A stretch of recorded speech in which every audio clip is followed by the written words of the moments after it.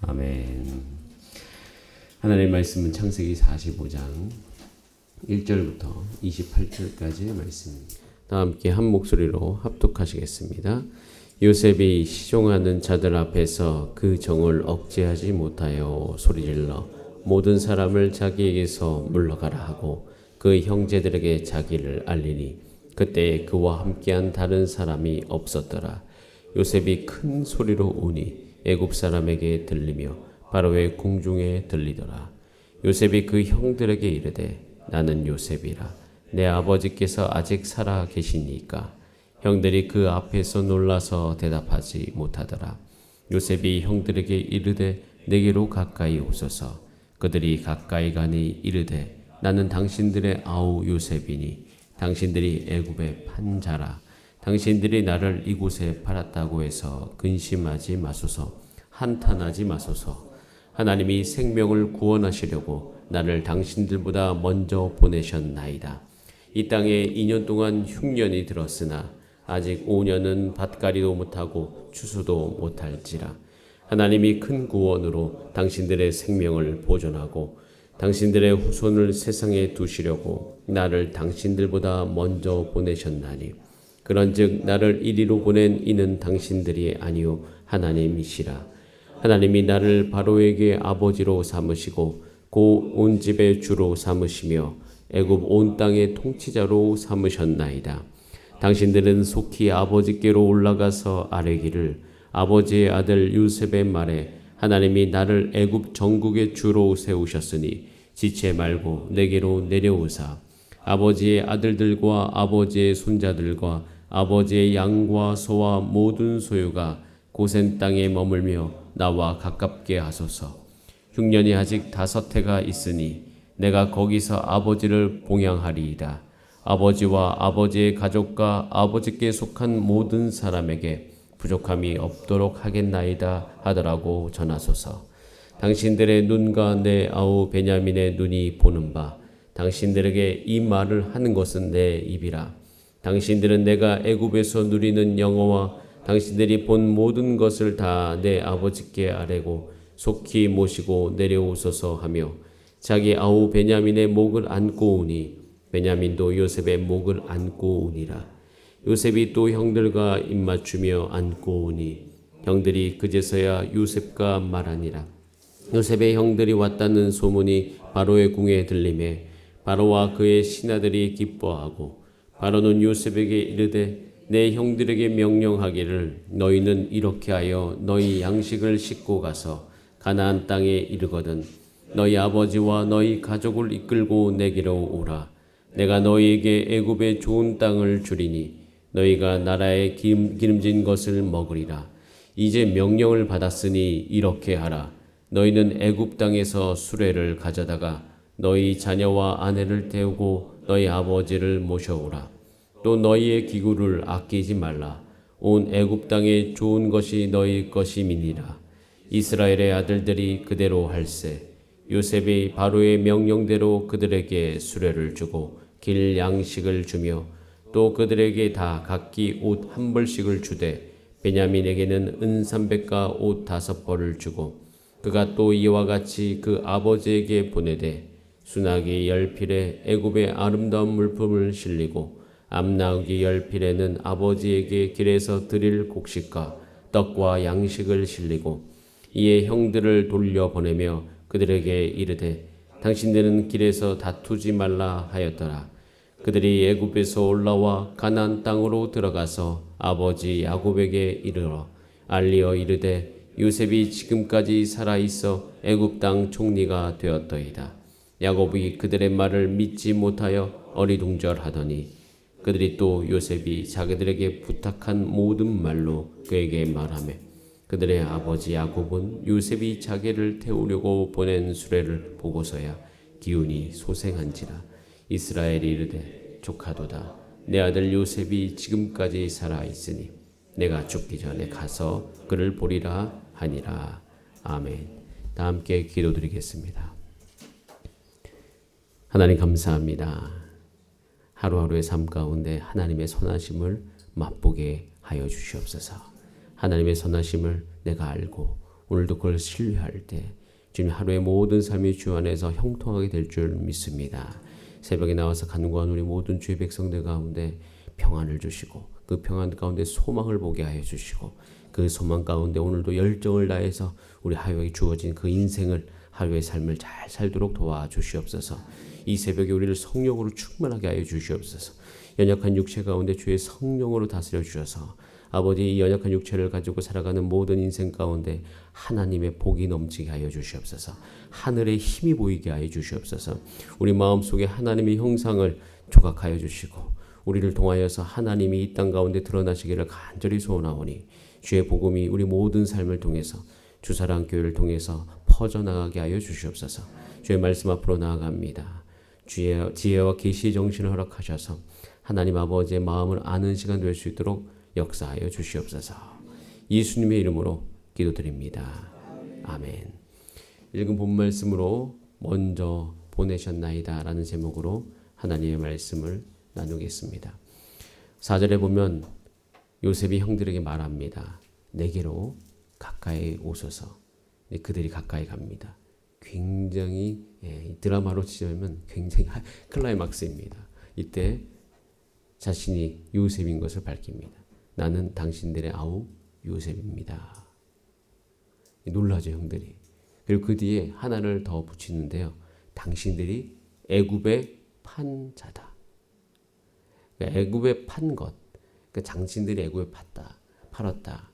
여러분 지금까지 이 애굽에 팔았던 이 사건은 요셉의 형들에게서는 굉장한 죄악처럼 느껴지는 사건입니다.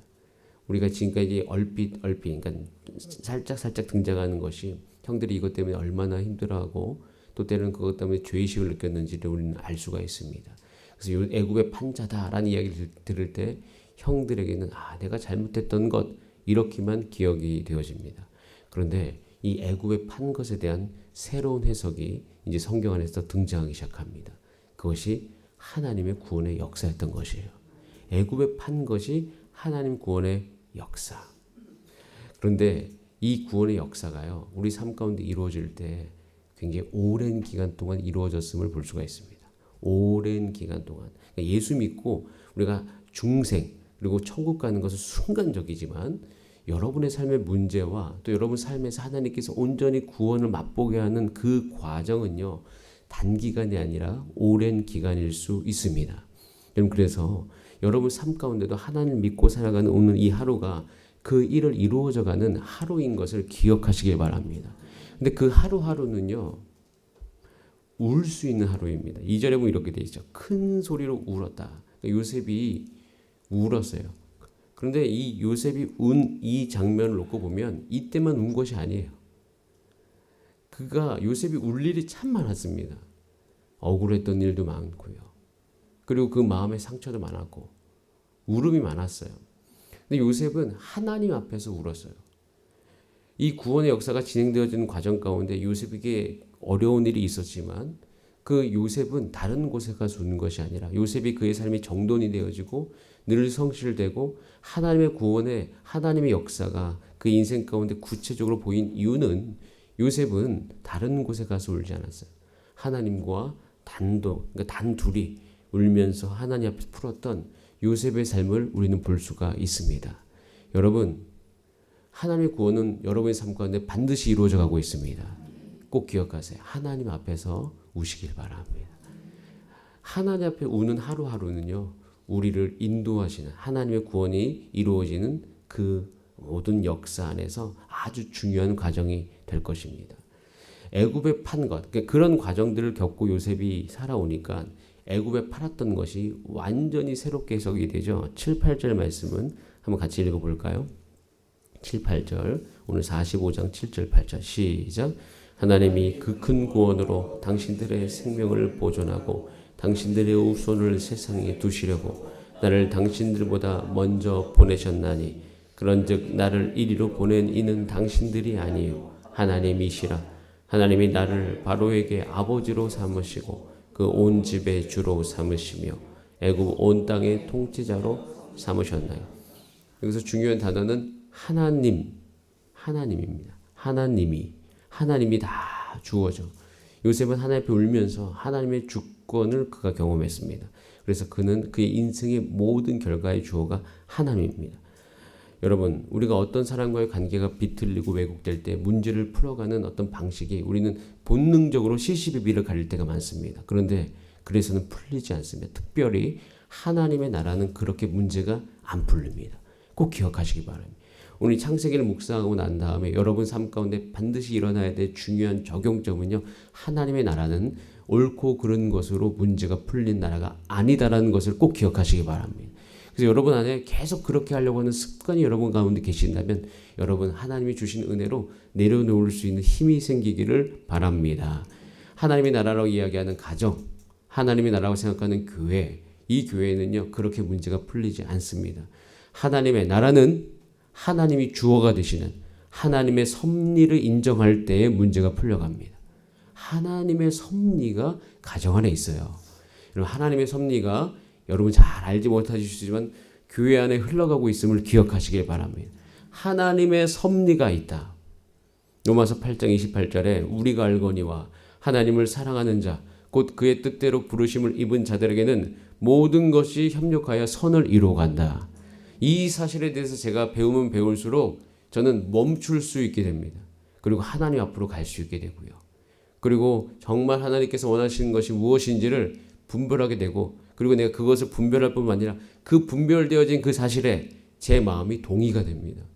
동의가 되고 나니까 하나님의 역사가 우리 삶 가운데 더욱더 자유롭게 역사하는데 우리가 그것을 따라갈 수가 있더라라는 것이에요. 그럼 이렇게 가면요. 정말 우리와 다를 수 있지만 함께 감으로 이 땅 가운데 하나님의 영광이 저는 찬란하게 비추게 될 것을 믿습니다. 예수님께서 말씀하셨어요. 제자들에게. 그럼 제자들이 12지파만큼 서로 맞지 않습니다. 나중에 예수님의 제자들의 12명을 제가 기질적으로 분석해드리면 깜짝 놀라실 거예요. 여러분 유다와 베드로는 계속 싸울 수 있었습니다. 유다와 베드로는 그냥 존재 자체로 어려웠어요. 쉽지가 않은 관계입니다.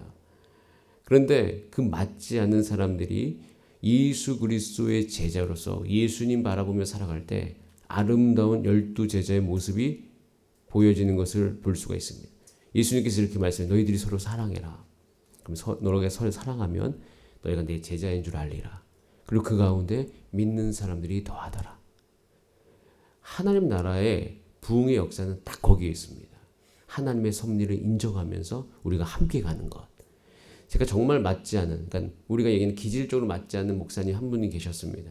지금은 굉장히 친한데요. 그분이 저희 신학대학원 동기입니다. 물론 저보다 나이가 많으신 형님이신데 그분하고 정반대예요. 모든 기질이. 그런데 그분과 맞지 않는 모든 과정 가운데 시간을 보내면서 지금은 정말 잘 맞아요. 왜 잘 맞는지 아십니까?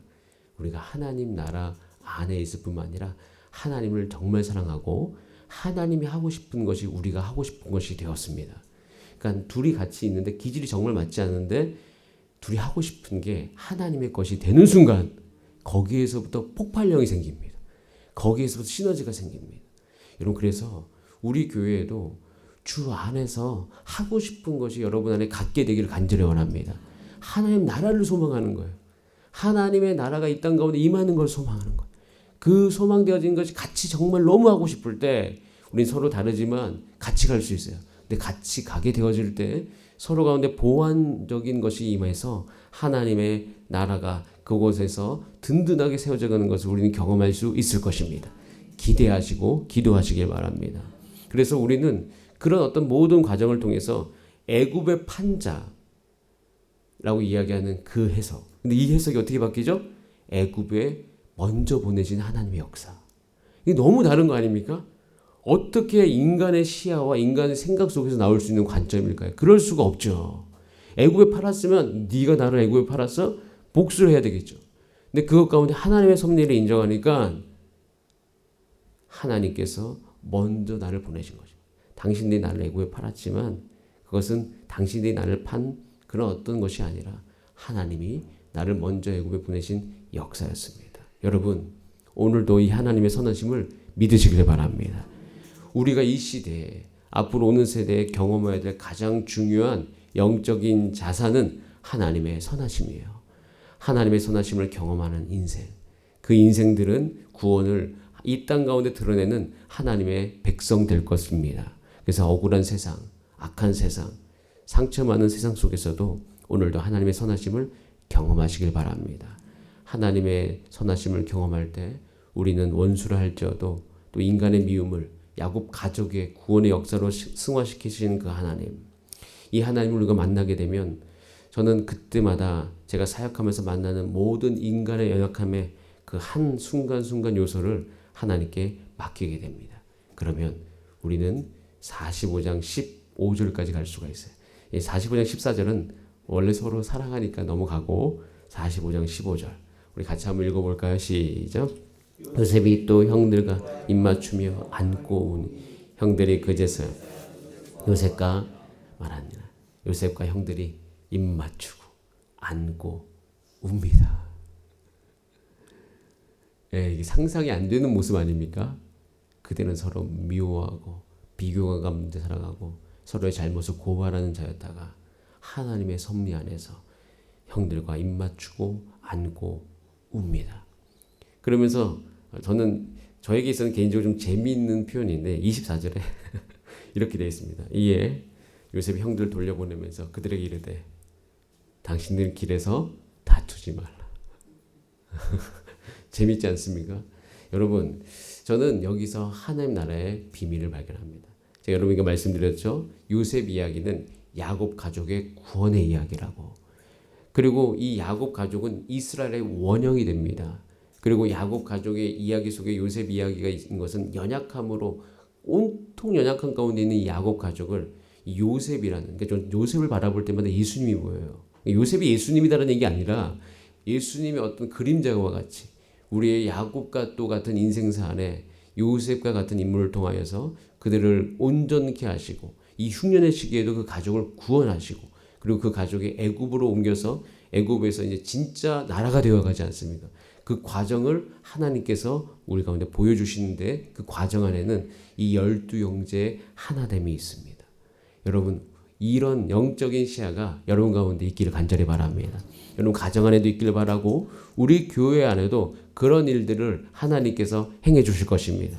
그래서 기대감을 가지고 오늘도 하나님의 선하심을 맛보기 위해서 함께 기도하는 저와 여러분 되기를 소원합니다. 우리 다 함께 기도하시겠습니다.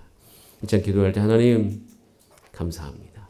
하나님의 선하심이 우리 가운데 있음을 믿습니다. 이 선하심이 오늘도 우리 모든 인생 가운데 보이게 하여 주시고 특별히 여러분 개인의 삶에 그런 일이 있도록 기도하시기 바랍니다. 하나님 나의 개인의 삶도 그렇게 되게 하여 주시옵소서. 우리 다 함께 이 시간 주여 한번 부르신 다음에 합심으로 기도하시겠습니다. 주여 사랑과 은혜가 많으신 하나님 아버지